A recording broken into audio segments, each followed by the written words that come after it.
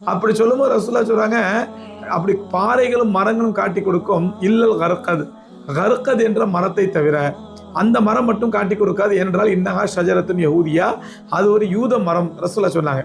அது என்ன கர்கத் மரம் அப்படின்னு சொன்னா, இன்னைக்கு நம்ம ஊர்ல சீமக்கருவே மரம்ன்றாங்கல்ல, சீமக்கருவேல மரம்னு சொல்லி, இந்த மரத்தை தான் பெருமானார் ஸல்லல்லாஹு அலைஹி வஸல்லம் கர்கத் மரம்னு சொன்னாங்க.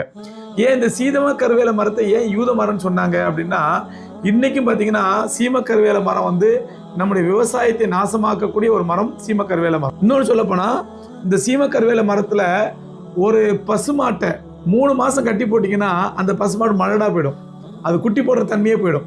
அதே மாதிரி ஒரு சீமக்கருவேல மரம் நிற்கிதுன்னா அதுக்கு அக்கப்பக்கத்தில் எந்த மரத்தையும் வளர விடாது, மொத்த பூமியில தண்ணி அதுவே உறிஞ்சிக்கும், அதுக்கு யாரையும் வளர விடாது, மற்ற எந்த மரத்தையும் வளர விடாது. சரி, இதாவது வளர்ந்து மற்றவங்களுக்கு பலன் தரும் அப்படின்னா அடுப்பு எரிக்கிறது தவிர எதுக்குமே உதவாது.